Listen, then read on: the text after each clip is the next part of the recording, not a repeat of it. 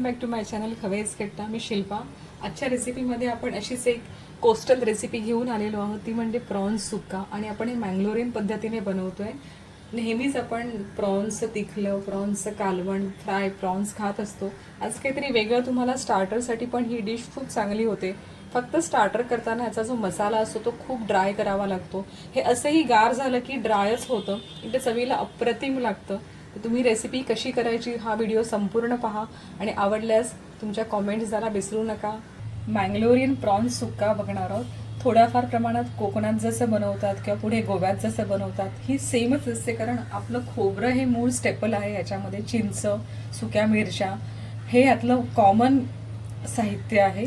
इथे मी काही सुखे मसाले घेतलेले आहेत, जसं धणे आहेत, मोहरी आहे, जिरं आहे, बडीशेप आहे आणि काळी मिरी आहे.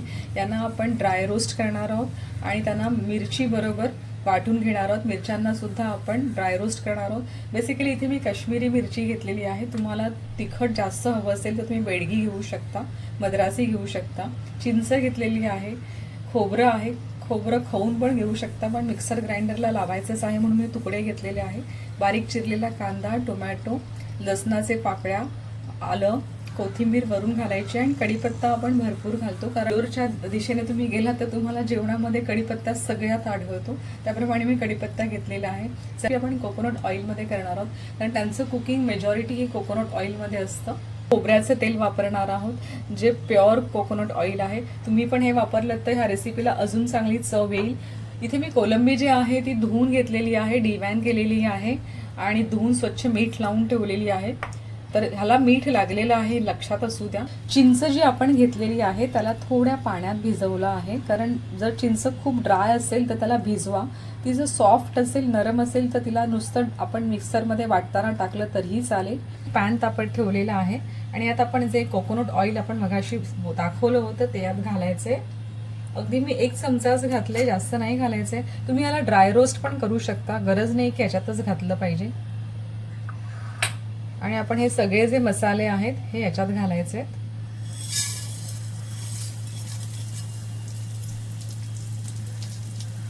आणि सगळे मसाले आपण लो फ्लेमवरती भाजून घेणार आहोत.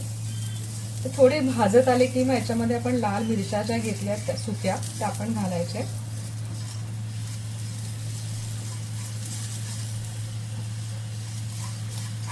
आपले हे सगळे जे सुखे मसाले आहेत ते व्यवस्थित तडतडलेत आणि 50% रोस्ट झालेले आहेत.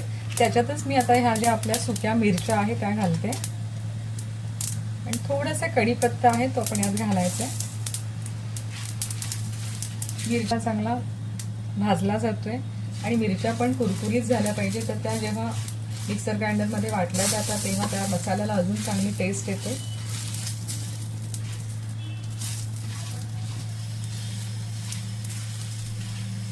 घरात सगळ्या ह्याचा अरोमा पसरलाय. हे व्यवस्थित भाजून झालेलं आहे. मी याला आता मिक्सरच्या भांड्यात काढून घेते आणि थोडं गार करत ठेवते. इथे मी एक मेन इन्ग्रेडियंट विसरले आहे, तो म्हणजे मेथीचे दाणे. हे मी अगदी अर्धा चमचा घातलेत. हे आपण आधी भाजलेल्या मसाल्यांबरोबर भाजलेत तरी चालतील, पण आता मी विसरले असल्यामुळे आता मागून टाकते. आणि फार भाजू नये, थोडक्यात भाजावेत, कारण ते बरेच वेळा जास्त भाजले की कडू पण होतात. सो मी त्यांना आता काढून घेते स्टोव फ्लेमवरनं. खोबरं सुद्धा आपण ह्याच पॅनमध्ये असंच भाजून घ्यायचंय. लालसर होईपर्यंत भाजायचं नाहीये, अगदी 2 ते 3 मिनिटं भाजून घेऊया. मी ते तुकडेच टाकलेले आहेत, तुम्ही खवलेलं खोबरं पण वापरू शकता. हे वाटण इथे आपण वाटताना त्याच्यामध्ये लसूण घालायचंय. बरेच लोक लसूण पण तेलामध्ये भाजतात, पण असं गरज वाटत नाही, कारण फायनली आपला सगळा मसाला हा तेलातच जाणार आहे. तर मी चिंच जी भिजत घातली होती ती पण घालणार आहे. त्यात जर बिया असतील तर त्या आधीच काढून घ्या.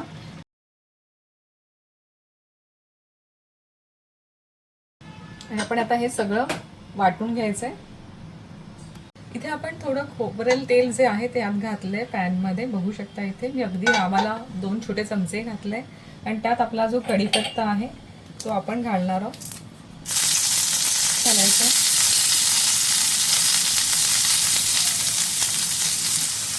सगळा कांदा जो आहे चांगला ट्रान्सलुसेंट होईपर्यंत आपण ह्याला फ्राय करून घेऊया.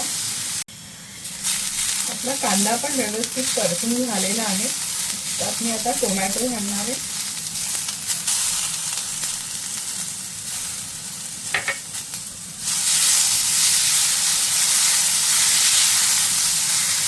चमचा हळद घालायची आणि थोडीशी हळद आपण कोलंबीला पण लावायची.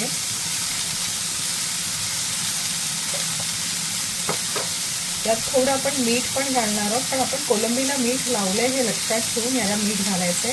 आपला जो मसाला आहे तो पण चांगलाच असतो, त्यामुळे कांदा टोमॅटोला जर मीठ लावलं तर ते लवकर आळतात. टोमॅटो पण लवकर शिजतो. यावर थोडं मी पाणी शिंपडते, आपला आतमधला काही मसाला जळू नये म्हणून. आणि आपण ह्याला स्टर करून व्यवस्थित झाकण लावून टोमॅटोला चांगलं शिजू द्यायचं.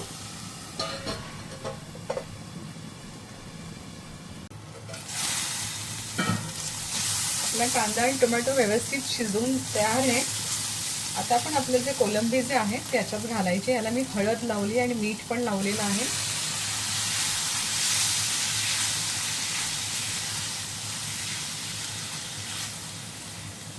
कोलंबी शिजायला वेळ लागत नाही, पटकन शिजून होते.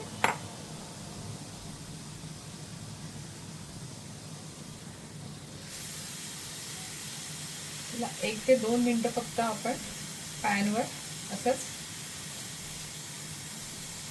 परतून घ्यायचे. आणि मी इथे हा माझा वाटलेला जो मसाला आहे, हा मसाला आहे यात घालणार आहे. प्रॉन्स सुक्कं असतं त्याच्यामुळे मसाल्यामध्ये बरेच पावडरच वाटली जाते. जर आपली चिंच होती मसाल्यातली ती थोडी भिजवून घातलेली होती, त्यामुळे मसाला जो आहे तो थोडासा ओलसर वाटला गेला. पण बरेच वेळा जेव्हा मी वाटते तेव्हा तो असा पावडर सारखाच वाटला जातो. जसं चमचमीत मँगलोरियन कोलंबी सुक्कं तयार आहे. याच्यावरून आपण कढीपत्त्याची थोडी पानं टाकणार आहोत. आपण कढीपत्ता ऑलरेडी फोडणीत पण टाकलेला आहे, पण वरून कढीपत्ता आणि कोथिंबीरीने आपण थोडंसं गार्निशिंग करू म्हणा किंवा त्याच्यात घालू परत. बरेच जण याच्यामध्ये हिरव्या मिरच्या पण घालतात फोडणीमध्ये, पण मी तसं न करता वरून घालते आहे, कारण मला खूप स्पायसी करायचं नाही आहे. हे ह्या लवंगी मिरच्या आहेत आणि ह्या जर मी तेलात घातल्या तर त्या खूप अजूनच तिखट होईल, तिखट जाळ होईल याचा. सो ऑलरेडी आपण 4 ते 5 काश्मीरी मिरची घेतलेल्या आहेत, त्या पण तशा तिखट असतात अगदी. जस्ट 1 चमचा खोबरेल तेल वरून ड्रिझल करणार आहे, जेणेकरून त्या आपल्या प्रॉन्स सुक्क्याला खोबरेल तेलाचा एक चांगला असा अरोमा येईल. प्रॉन्स सुक्कं ही रेसिपी नावातच सुक्कं असल्यामुळे आपण त्याला बिलकुल ग्रेव्हीमध्ये करायचं नाही आहे. आणि असं 2 ते 3 मिनटं चांगलं शिजू द्यायचं आहे. आणि मी स्टोव फ्लेम जी आहे ती बंद करणार आहे. आपलं प्रॉन्स सुक्का जे आहे ते तयार आहे बघा. वाव, किती मस्त तयार झाले आहे. आपले प्रॉन्स मँगलोरियन सुक्कं तयार आहे खाण्यासाठी. ही रेसिपी तशी खूप ड्राय होते थंड झाल्यावर सुद्धा, त्यामुळे आपण त्याला स्टार्टरमध्ये पण सर्व करू शकतो. आणि नेहमीच आपण तिखलं प्रॉन्स फ्राय, तवा फ्राय, रवा फ्राय खाण्यापेक्षा कधीतरी ही रेसिपी चेंज म्हणून खाल्ली तर तुम्हाला नक्कीच आवडेल. आणि त्यासाठी पाहत राहा खवय्ये कट्टा. धन्यवाद.